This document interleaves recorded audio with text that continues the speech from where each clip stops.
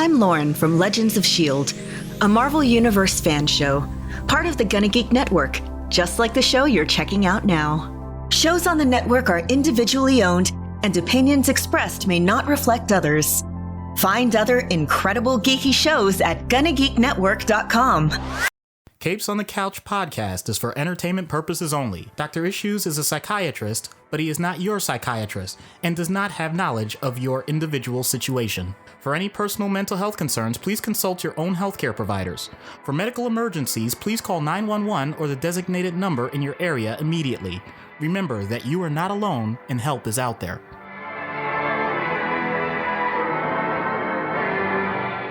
Hello and welcome to Capes on the Couch, where comics get counseling. I'm Anthony Sitko. And I'm Dr. Issues.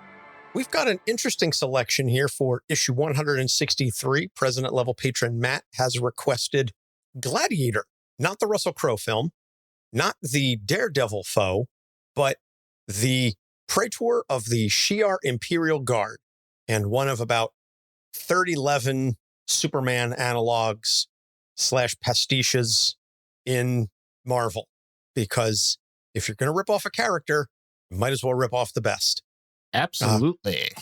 Quick reminder that as of the release date of this episode, you still have a couple more days to get in donations to my Extra Life fundraiser, which is growing steadily, and appreciate every single person who has donated so far.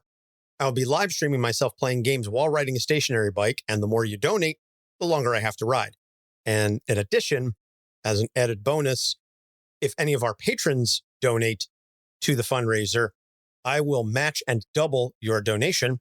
And if anyone joins our Patreon between now and December 18th, I will quintuple your pledge level as a donation.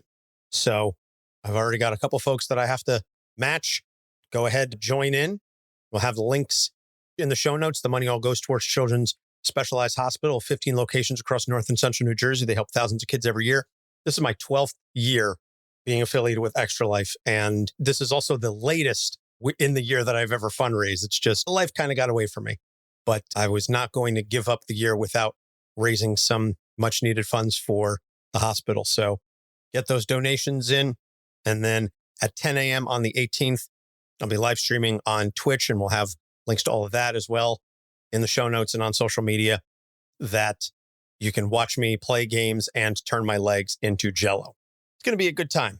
And just in case anyone is really doubting Anthony, I've seen firsthand his dedication to doing these things. He really will do what he says. Oh, indeed I will. Oh, and I forgot to mention, if you donate $25 or more, I will bump up the resistance on the bike. So that is for each donation of $25 or more, not like cumulative. So if it's not like if you donate $100, I'm going to bump it up 4 times. I'm bumping it up once because I have to be reasonable here. I'm going to be riding. The goal is $1,000, which would equate to 50 miles, which is going to take me about 3 hours and change, give or take. I can't do that and also ride with like a 30 level on the resistance. It's not going to happen. Not unless I'm going to be, pulling myself up the stairs by my arms for the next week. Anyway, we are here to talk about Kallark, aka Gladiator. Gladiator of the Imperial Guard, created by Chris Claremont and Dave Cockrum in the X-Men 107, October 1977. He is introduced as a member of the Imperial Guard of the Shi'ar Empire, serving under Emperor Deakin, who is brother of the exiled Lilandra, who is an ally to the X-Men, on again, off again, paramour to Charles Xavier. Kallark, whose name, by the way, is an amalgamation of Kal-El and Clark Kent, to just really further drive home that whole Superman pastiche. Kallark is a Strontian, and the race is incredibly strong, but only when devoted to a principle. Kallark and other Strontians were vying for a spot in the Imperial Guard when they were ordered to return to Strontia and kill the Council of Elders. Kallark was the only one who obeyed without question, later learning that it was in fact a test of loyalty set up by the Elders to protect the homeworld, because the Shi'ar Empire basically had a planetary gun aimed at the planet and said, either you give us your best representative for the Imperial Guard, or we're going to destroy the whole planet. And the way that they chose to do this was, again, through the test of loyalty.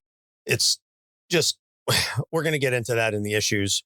Also, that origin story was not told until War of Kings in the mid-2000s. So we'll get into that again in a little bit.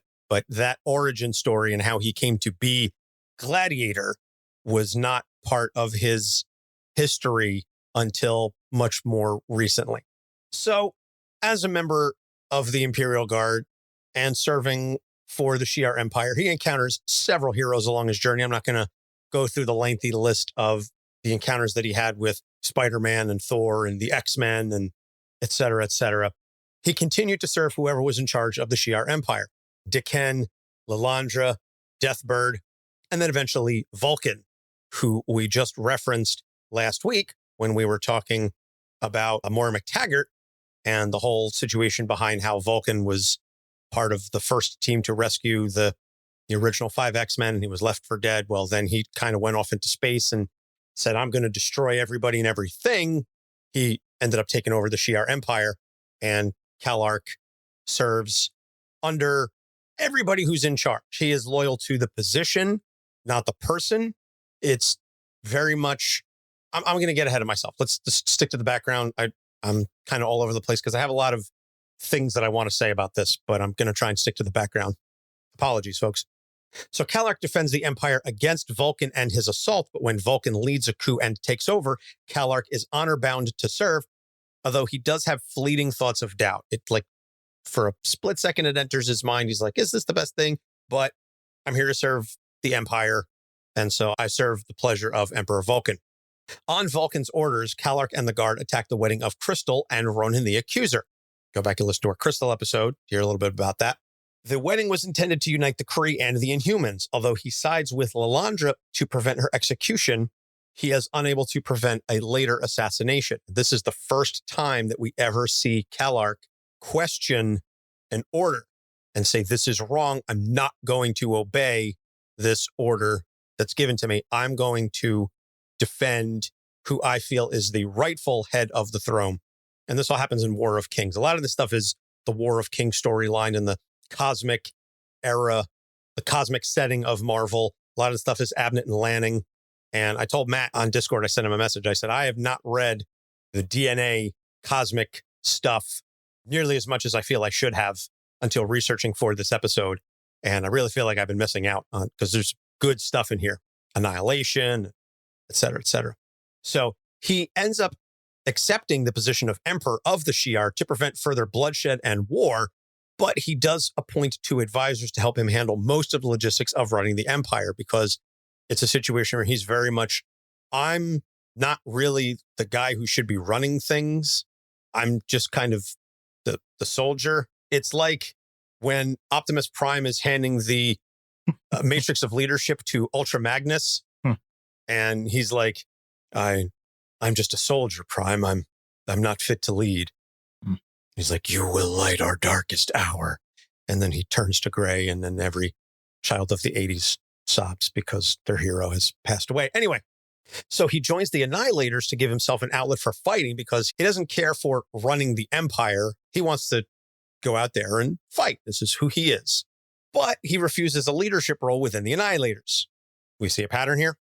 He joins the Galactic Council, where he decides that Earth must be destroyed to save the universe from incursions. But when it was restored, no memory remained of the destruction or the decisions that led to this. This is part of Secret Wars and the kind of ending of the Ultimate Universe and a soft reboot of some of the Marvel stuff. He put a time-displaced Jean Grey on trial for her future crimes as Phoenix. And I did actually read this part because I was reading the Guardians of the Galaxy book at that time. And this is the trial of Jean Grey when the time-displaced X-Men, original X-Men, are brought forward in time by Beast, who says, I'm going to take the 5 original teenagers and bring them to the present. And then maybe if they see how messed up stuff is, when I send them back, they'll make it right. That's not how this works, Hank, but I digress. So after Xandra is discovered, who is a egg created from the genetic material of Xavier and Lilandra. And the egg was discovered, by the way, by Rogue and Gambit on their honeymoon. And you can go back and listen to the Rogue and Gambit episodes as we discuss that marriage. More specifically, the Gambit episode, I think, is where we discuss the honeymoon stuff. But that's what happens is they go on their honeymoon and they find the egg and they're like, oh gosh, this is bad. This should not be here. So after Xandra is discovered, Kallark hands over the throne of the Shi'ar Empire to her and returns to his role as head of the guard because he says, you are the rightful heir to the throne because your mother was the only halfway decent ruler the Shi'ar Empire has ever had. And you're her daughter, even though you've only been alive for a couple of weeks, probably. And she's been like aged up and it's a whole thing. She has the mind of a child, but and Matt does reference that. And then it's like, oh, good. Someone here. Take this off my plate. I'm going to go back to fighting. We good? Thanks. So again, I glossed over a lot of stuff, but anyway, let's dive into the issues. And since Matt picked this episode, he has delivered us a lovely write-up. So the first one, the waxing and waning of his self-esteem and focus. It's a function of the Strontian species that their physical abilities are all directly tied to their confidence level and their belief in themselves and their purpose. When Gladiator believes he can do so, he is powerful enough to knock planets out of their orbit, burn Galactus with his heat vision, and is said to have once ripped a black hole in half, which I really hope was just an idle boast because there's just so many things wrong with that sentence. When he doubts himself, he becomes weak enough to get smacked around by Cannonball. All right. So when we were first discussing this episode, I remember saying to Anthony, very simple sports analogy, he's a front runner. And some of you may want to know what that means because you're not into sports, and I don't mean to alienate anyone. If you have a team or an athlete in a competition that does really well as long as they're ahead, as long as they're in the lead, in the front, if you will, it's almost impossible to beat them. But then, heaven forbid, someone challenges them, gives them competition where the outcome is in doubt, then there's a much greater chance, as a matter of fact, a chance greater than what would be expected by randomness for them to lose. And so that's the definition of front running. But the psychological component to that is something that has been studied for a long, long time. And I don't mean to make it all about sports, but that was the first thing that came to my mind. The idea is more that what happens in circumstances where you are unsure of yourself?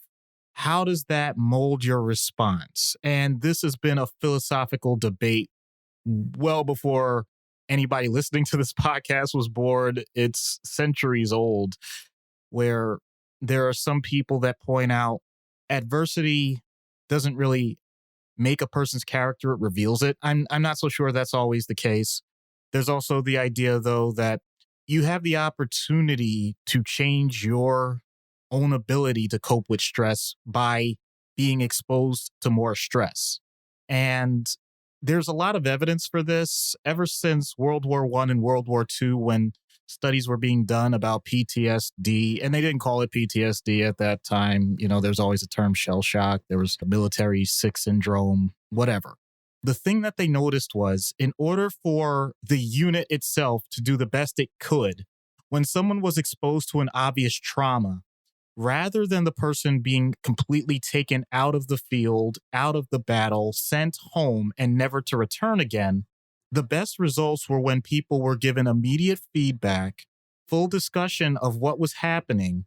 Yes, brought away from the event itself, but allowed to process parts of what had happened so that they could return to some of their duties, even if it wasn't full active duty. And they noticed that people seemed to handle that better rather than just completely shutting out and isolating. Gladiator clearly likes to fight, clearly likes competition, clearly likes the idea of the camaraderie of being with other soldiers. And yet, part of what happens is there's a loss of control. If he's winning, he's dictating what's happening. But heaven forbid there's something else that just doesn't quite go his way.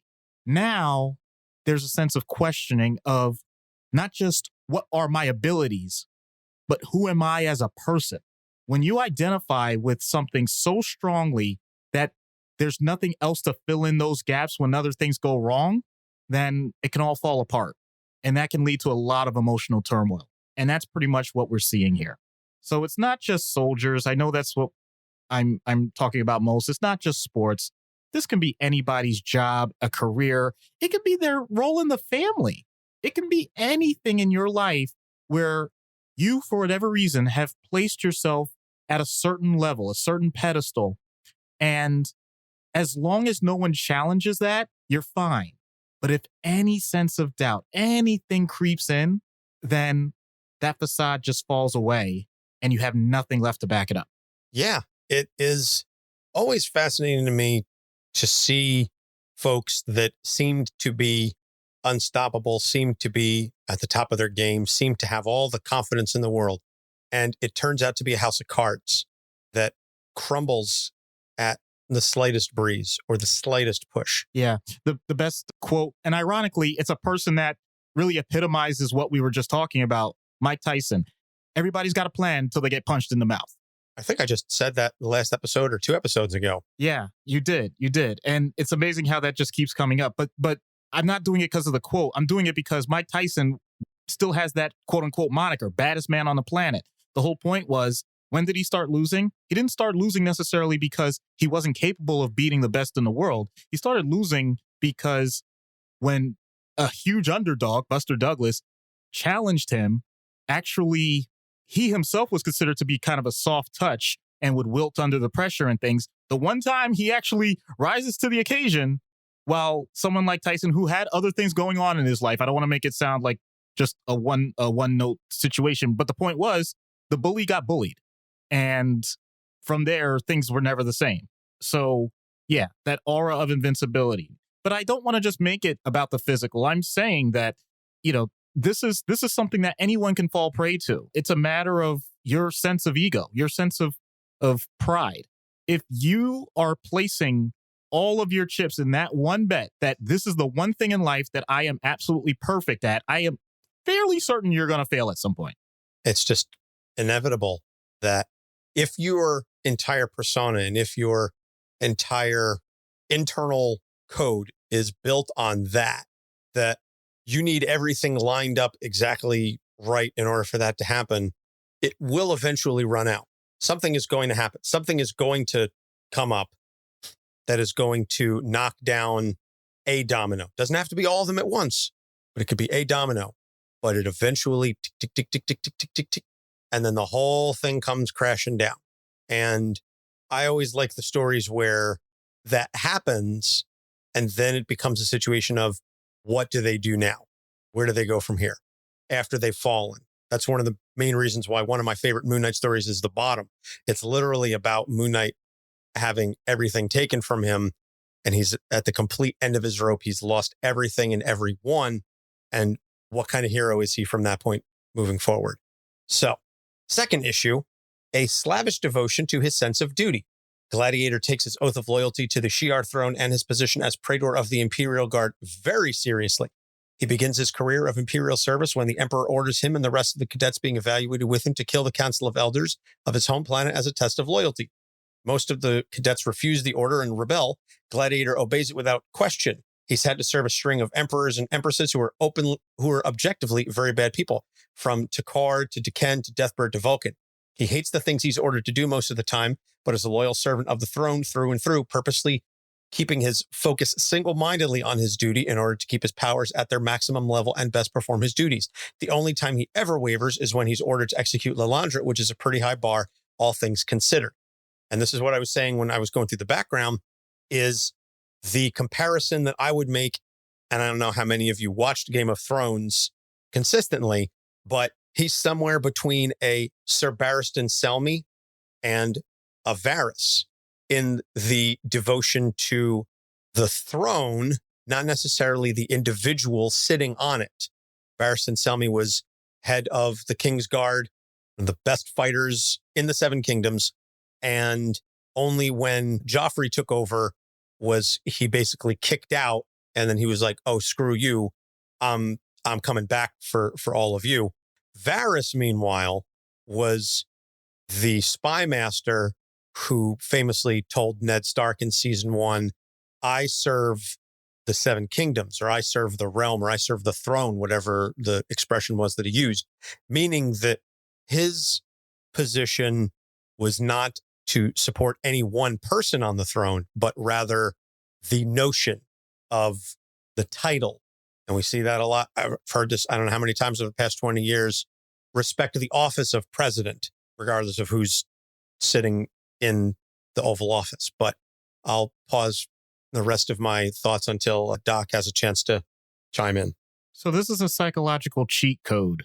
Many people in their lives are going to go through multiple iterations about their purpose. What is the thing that gets them up in the morning? What is the thing that is going to allow them to feel a sense of fulfillment? And what is the thing that, if they're on their deathbed, they can say, this was a life well lived? Someone like Gladiator doesn't have that. The consistency of knowing that you have made a decision for yourself that will give you the initial motivation for success for something that you've placed at a high priority, that you do it very well, that other people can understand. So you don't truly, unless someone wants to dig, you don't really have to explain yourself. You don't have to expend the emotional or intellectual energy to say why you are serving the throne. That's not really a bad gig when you think about it, at least superficially. And it makes the shortcuts of decision-making a lot easier. If anyone's ever heard the term decision fatigue, why does that happen? It doesn't happen because we prioritize what decisions are more important than others. It happens because using your mental energy each day to pick and choose certain things over the course of a full 24-hour period is exhausting. So anything you can do to minimize the actual number of decisions you make can allow for a greater opportunity to rest. So even though physically he's doing a lot, and I'm not saying he's stupid, but I'm saying the other types of psychological challenges that you have when you struggle with these things on a regular basis gets completely ignored. So what's the problem? Why would that be an issue? Yes, we know, we see it on the outside. If you are doing things that lead to a negative conclusion in society because someone is giving you orders to do that bad thing, yes, there is a problem. But Gladiator's response in theory can be, it's not my problem. And as horrific as that may sound, it leads to less stress.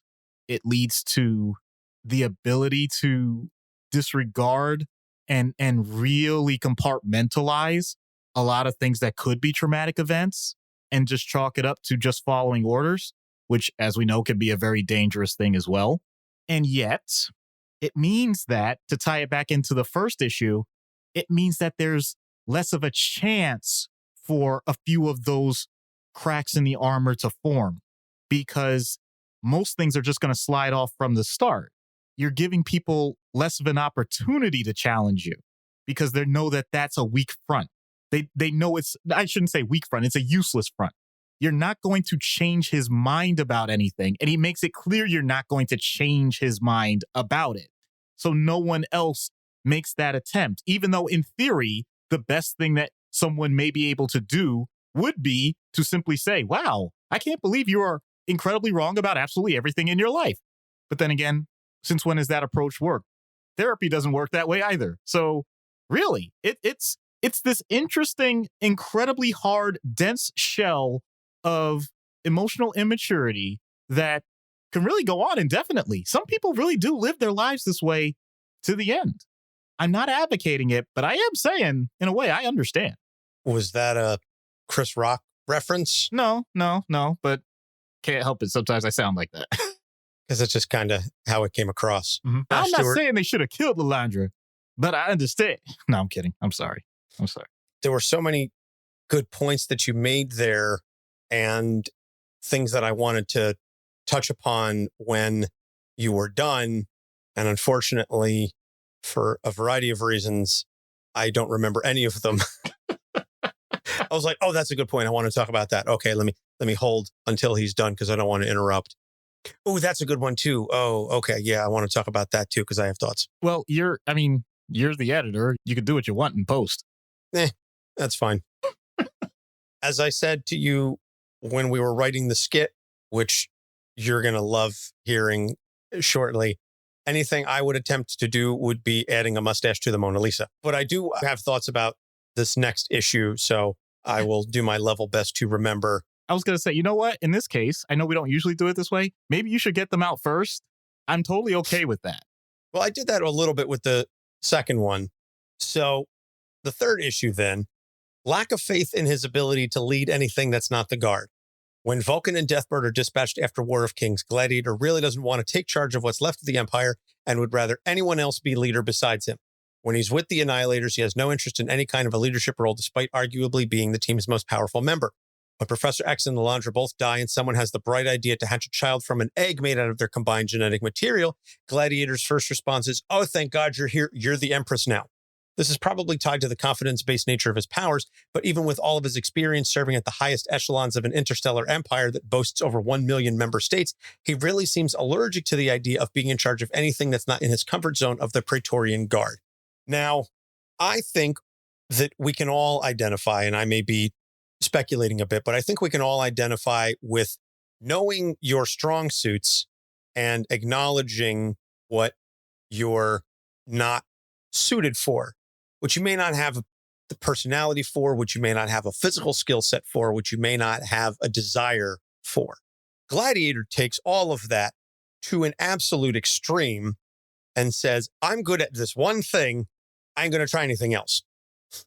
And I can, at least on some level, empathize with and understand that because I've definitely been there myself. But again, he kind of takes it to 11 with the whole, I don't want to do anything that is even remotely outside of my skill set. I'm a soldier. I'm only ever going to be a soldier. I only ever want to be a soldier. So there's that. And like I said, that ties into, again, the Ultra Magnus comparison that I made earlier. Now, whether or not Hot Rod was a better choice, I think the answer is no. But, I mean, nobody's going to beat Optimus. But anyway, the floor is yours, Doc. So there are two things that come to mind. The first is imposter syndrome, which most people know. Doesn't fit as much only because it's not like he's usually in situations where people are just automatically pushing him into these spots and he's wondering if he's going to be figured out. Because that implies a person wants to be in that position, but is so worried about all the mistakes they may make. He doesn't want it at all. So it doesn't quite fit. There's something much more important to this. And while it may not fit his skill set, this idea, this topic that I'm about to introduce is definitely relevant for most people that interact with others in a work environment. The Peter Principle. So what is that? The Peter Principle, I'm just going to take it as a quote. An observation that the tendency in most organizational hierarchies, such as that of a corporation, for every employee to rise in the hierarchy through promotion until they reach a level of respective incompetence. So I'll take, honestly, my situation. And it doesn't mean my job. I'm saying I work for a hospital. Hospitals are full of doctors and nurses and other technicians and aides and all of the other people that help a hospital run. Everything from security to administrative assistants to the janitorial staff, everybody. Okay? Each of those departments is going to have a department leader. I'll just pick it at random. Let's say you have the best X-ray technician. They are so quick. They know exactly where everything is. They get the reads done very quickly in terms of getting people to the machines. The radiologists love the fact that they don't even have to ask when it's going to be done. It's already there. All that stuff. Wonderful, wonderful at their job. They get a promotion to be assistant night supervisor to the technicians. This person hasn't taken a single managerial course. They didn't go to school for this. They would rather their shift end right on the dot because they have other things in their life. but it comes with a pay raise, so they do it. All of a sudden, people start to notice that this person is more irritable. They notice that they are not as motivated for the job because they just don't know some of the things that they don't understand. It's literally an unknown. And they go to their own supervisor saying, I'm not sure what else I'm supposed to do.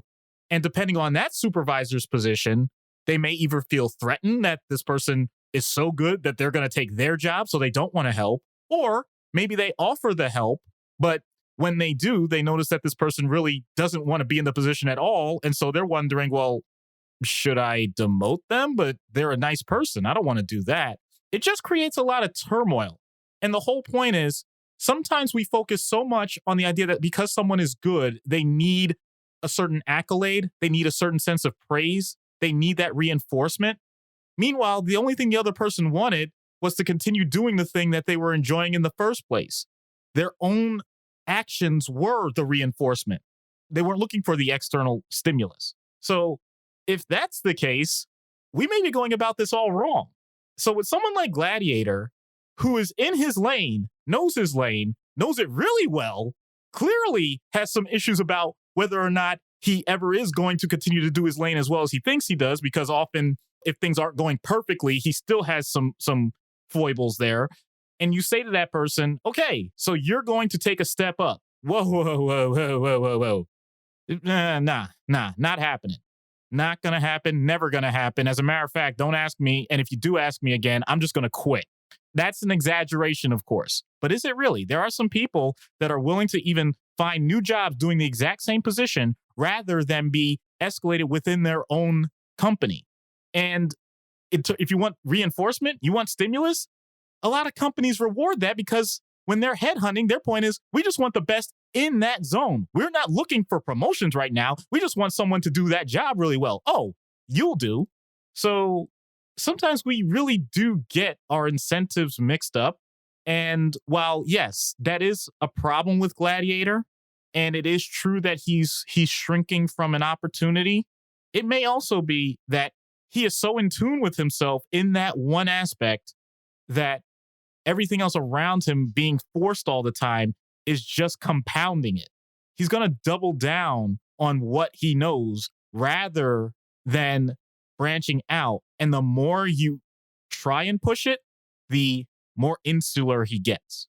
Yeah, I've definitely been in situations where I've been expected to do things that I have limited or no knowledge of because I'm good at this. Therefore, the assumption is that I must be good at these other related things. And I'm putting related in air quotes because, again, the assumption lies with someone else, but they never bothered to ask me if I'm good at it or if I'm comfortable with this responsibility. It's just, oh yeah, you could do that. So you could do all these other things and tack on all these other additional responsibilities. That's one of the reasons why I'm looking for a different job now, because I like what I do, but with all of this other associated nonsense that is thrust on my plate and has been for the past couple of years, I'm saying, no, this is not what I want to do. This is not what I signed up for. And I don't want to do this. And to the point, I'm actually glad you brought up the Peter principle, because I see it all the time. I absolutely see it all the time. I'm a government employee. It's just kind of how it goes. Oh yeah, you're good at this. You're good at this. You're good at this. You're not so good anymore. But so you're not going to get promoted anymore. You're just going to stay there and be a stick in the spokes for everything else. And related is the Deathbird principle, which is, oh, you're horrible. We're going to bump you up to upper management so you get out of the way. Well, yeah, I mean, that's the whole political tactic, kick them upstairs when it came to certain appointed positions. That's been going on for a long time. Oh, yeah, absolutely. Get them out of here so they can't do any damage. So we got some good stuff here, and we're going to take a break. We're going to plug some shows. When we get back, we'll get into treatment. Stay tuned. Hey, this is Ken M. Padawan J. Coach Duffy from the Ocho Duro Parlay Hour podcast. Every week, the ODPH is talking sports, movies, TV, comics, and more. It's always a parlay of topics on each episode. You can find the ODPH on Apple Podcasts, Google Podcasts, iHeartRadio, Spotify, Stitcher, Podbean, and wherever you find great podcasts, such as the one you're listening to right now. Don't forget to check out ochoduroparlayhour.com, where you can find the links to all of the ODPH social media accounts, links to the bands whose music you hear each week on the show, hashtag 607 podcast info, and parlay points, our companion blog section of the show. Thanks for listening to the ODPH. Now get back to your regularly scheduled podcast.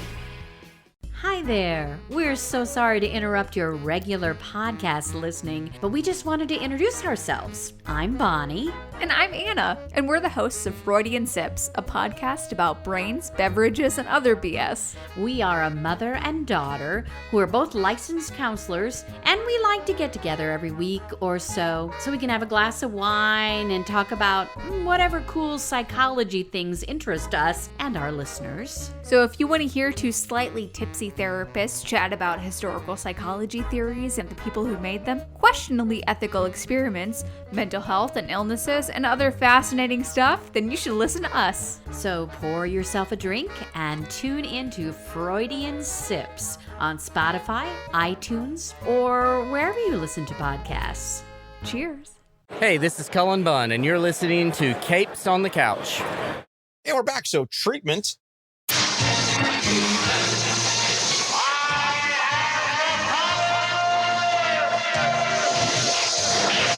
I have the power indeed. Gladiator in universe. What do you do with Kallark? So I know we didn't say a theme per se for this, but I'm just saying this on the fly. More than you think you are. So in universe, I really need to see just what he does in a non sequitur situation. What do I mean by that? No fighting, no bureaucracy, like none of that. You know, I need him away from all of those different things.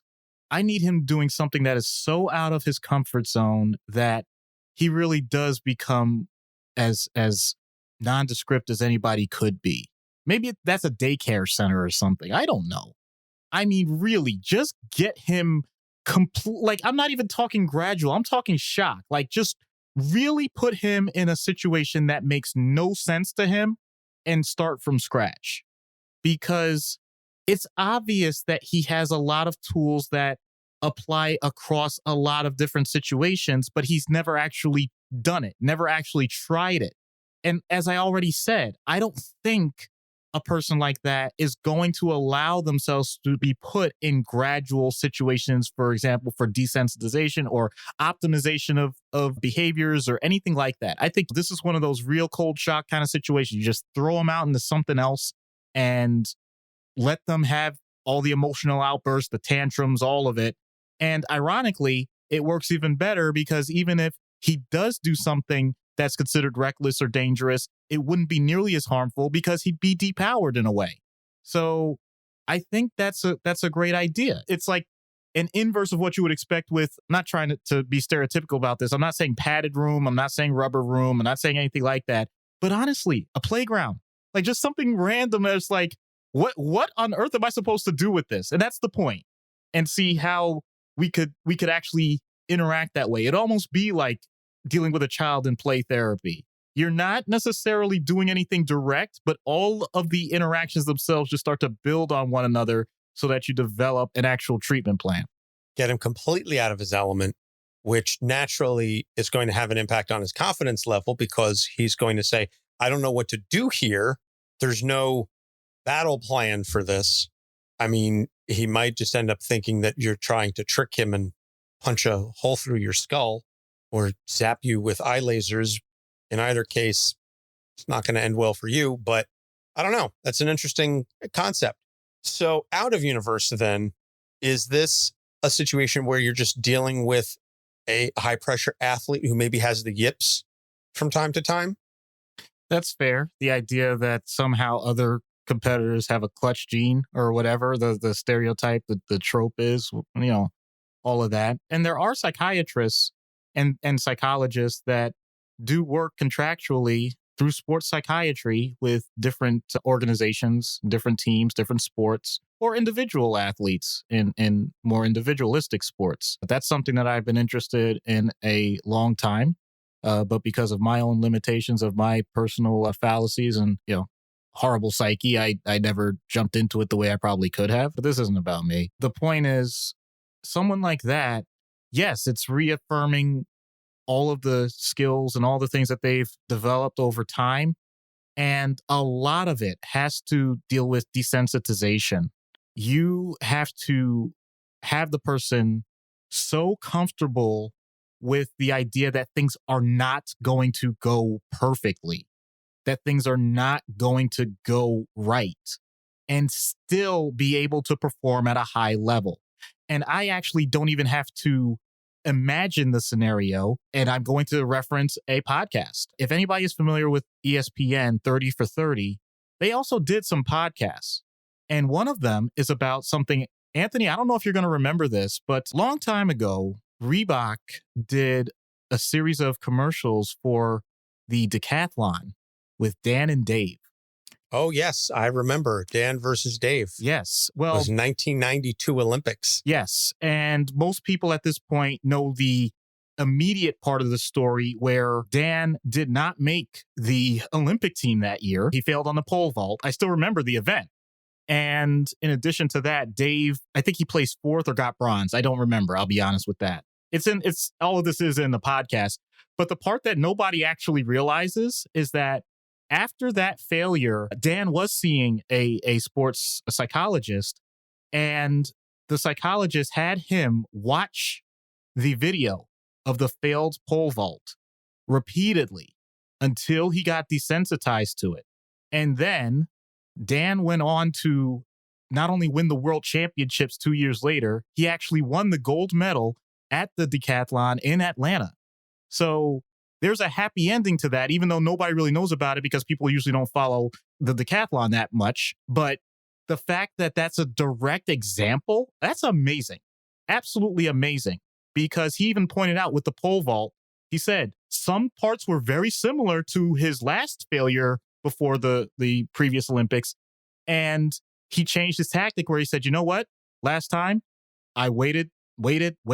He said, no, this time I wanted to get it out of my system. And I said, I'm going to do a lower jump first just to build my confidence a little bit. And people were surprised because I can usually make that easy. And he said, but that little boost was all he needed. He went on, did great. So I love the fact that sometimes you could just use real world examples of that with the person's permission, of course, and show that using someone's previous experiences, even if they're considered traumatic, as long as it's done in a supervised and safe fashion, can yield some amazing results, provided that the person is willing to do it. And that's exactly what you do with anything that's considered high pressure or something that you know has caused you problems in the past. You can make them into incredible strengths. And that's true for anything. The fact that we're doing this podcast, now I am going to be selfish. The fact that we're doing this podcast, I've said this in other episodes, but I haven't said it in a long time. I used to dread the idea of speaking like this.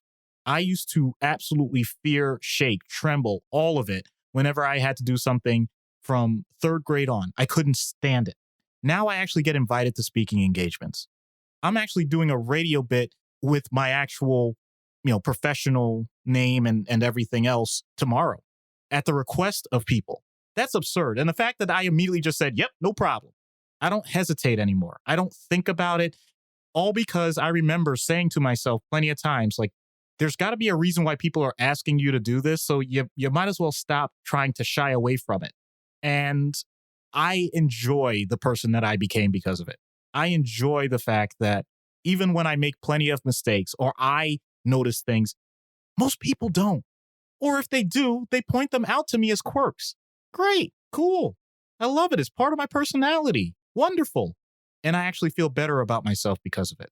So please, anybody that has those things that they are shying away from, or they're scared, or you're worried that the bad thing's going to happen again, the worst case is then that just means you have a story where you're going to learn from the experience twice. It's all good. Please give yourself that chance.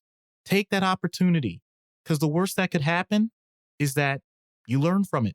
The best that can happen is it changes your life in immense ways that you never imagined. Yeah, absolutely.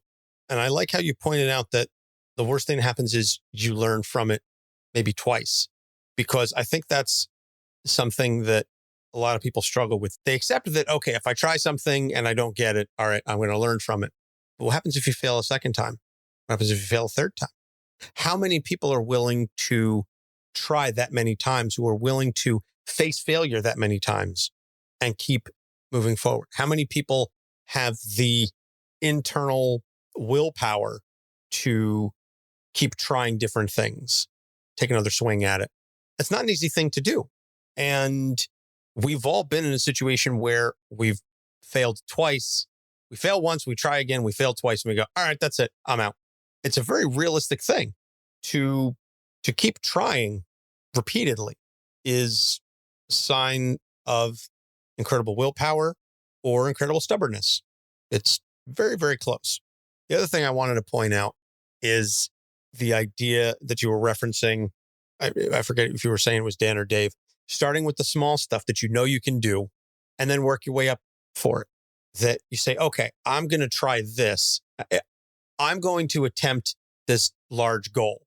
Well, I'm not going to go right for that because I'm probably not going to get it. But let me start with what I got. Let me start with what I know I can do, adjust my expectations, and build from there.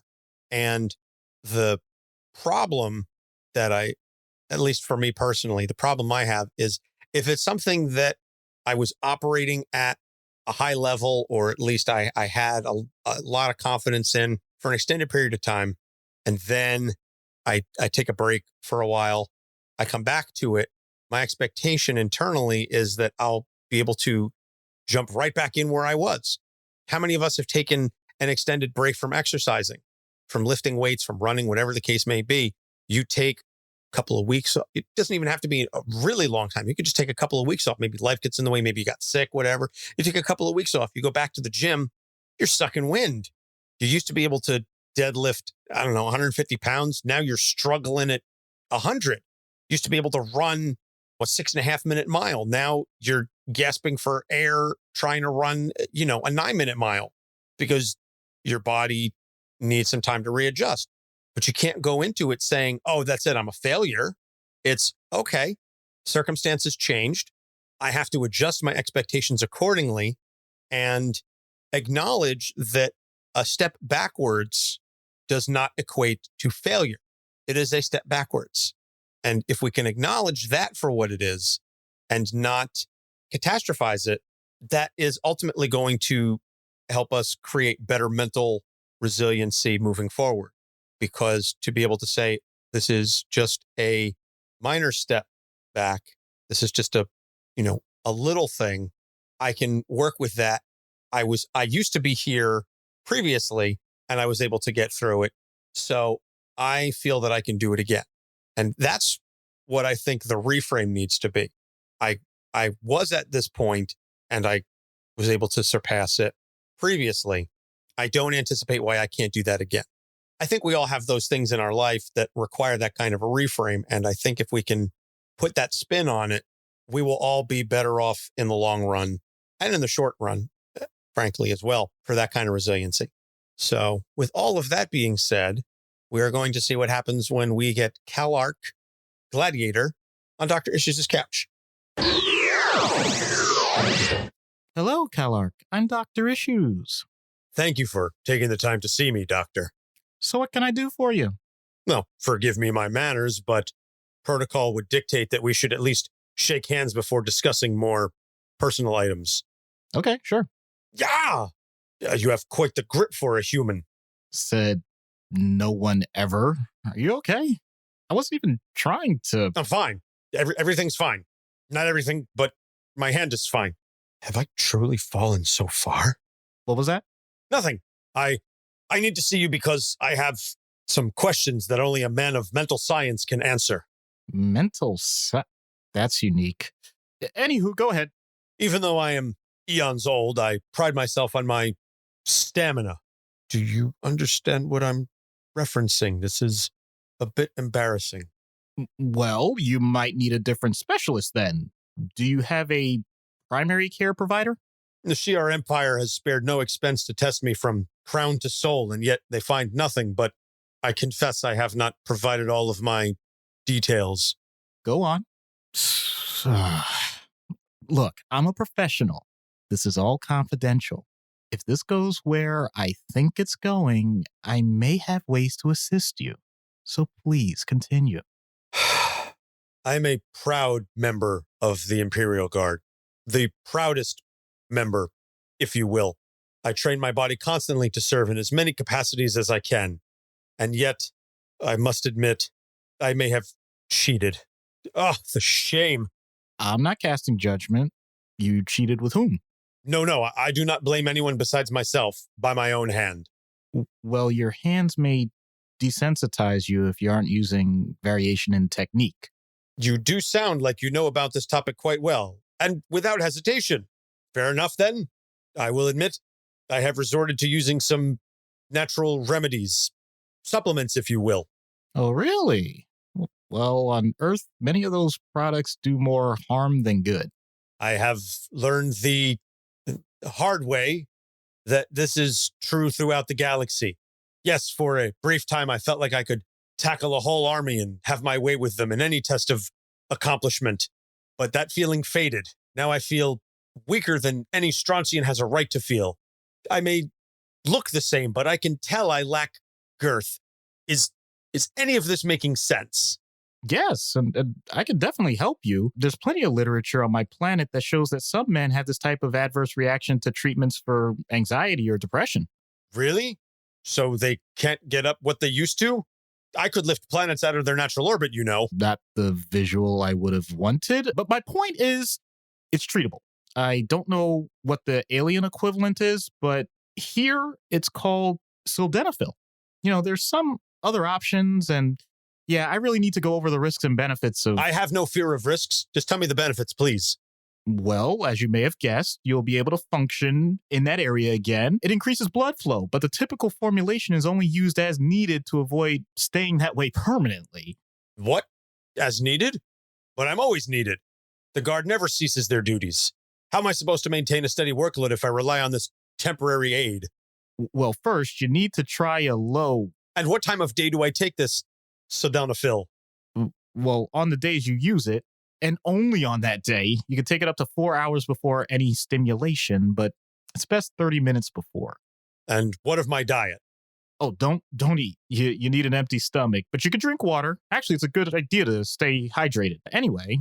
And what if I need to increase my output? How many of these can I take? Just one a day, but... And will this also affect my breathing if I am too vigorous? Actually, for pulmonary hypertension... And what if I'm injured? If this affects my blood, will I suffer mortal wounds easier? I wouldn't recommend... Plus, I don't recover as well as I used to. If I take anything else, will it affect those things as well? I thought you didn't care about side... How long do I take this if I feel like my body is catching up to my head?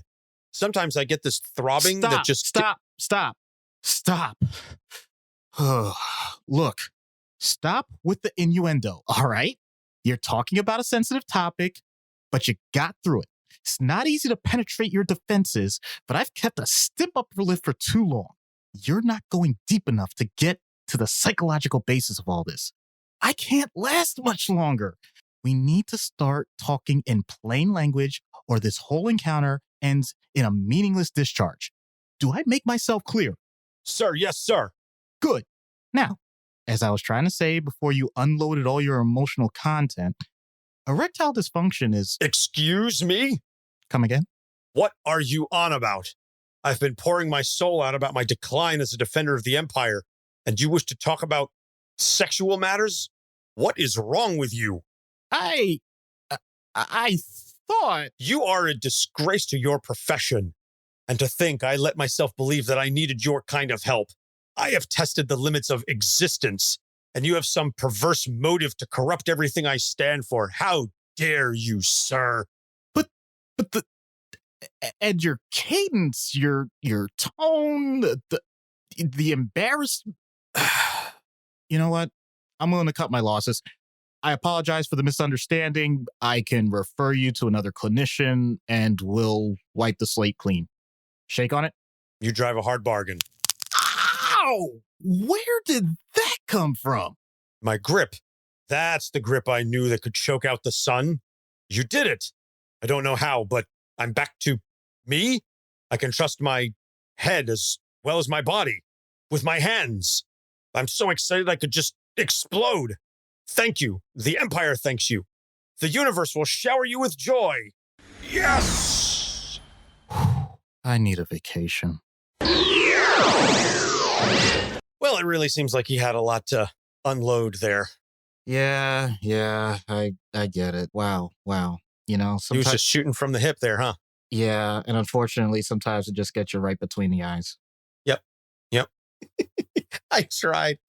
I was like, yeah, I'm gonna throw out these innuendos, but I'm not going to break. Nope, not gonna crack.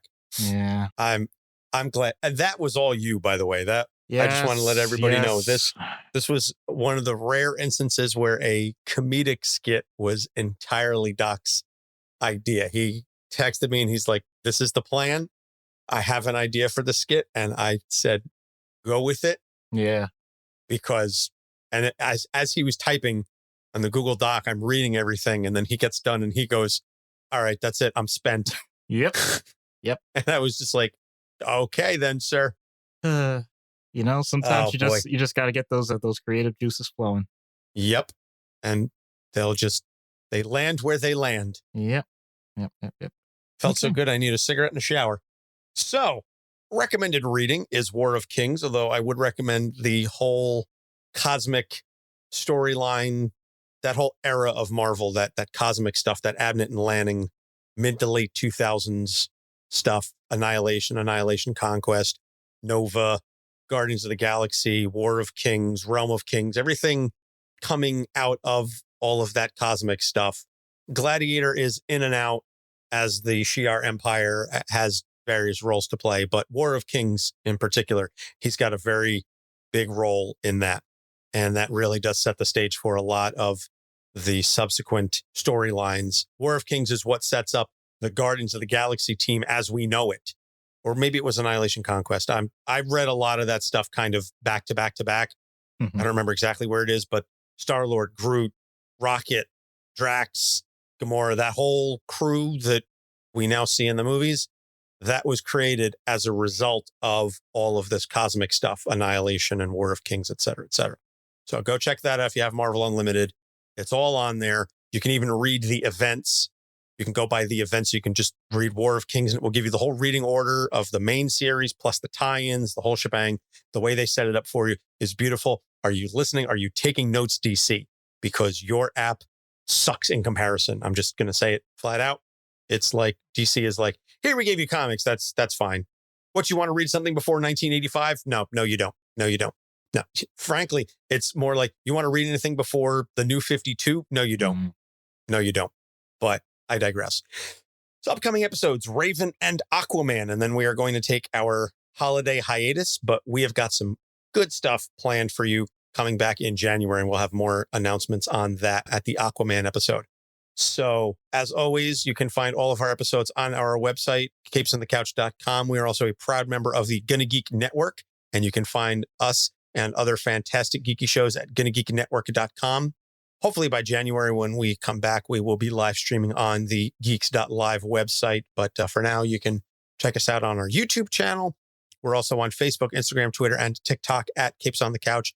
You can email us at capesonthecouch@gmail.com. And if you really like what you hear and you want to get additional content, you can go to patreon.com/capesonthecouch and subscribe to unlock early access, additional material, uncensored stuff, the whole shebang. And as I said at the top of the show, if you join our Patreon before December 18th, which is when my Extra Life streaming fundraiser will be happening, if you subscribe to our Patreon, I will take your subscription level and quintuple it and add it to the donation levels, because all the money is going towards children's specialized hospitals in New Jersey. So we'll have all links to all of this in the show notes. Fantastic organization, as I said at the beginning. So all of that being said, Doc? Okay, let's be real about this. We give you a great opportunity to learn about the history of a character. We dive into certain issues the character has. We go ahead and introduce you to psychological terminology, in addition to just talking about basic life stuff that might be beneficial. We give you significant creative things that can range from the sublime to the ridiculous. Are you not entertained? I saw where that was going about 5 seconds into your rant. I was like, I know how he's going to end this, and I can't argue with that. My wife will just quote that movie at random, that whole monologue. Anyway, go be like Russell Crowe and fighting around the world. Come on, Tugga.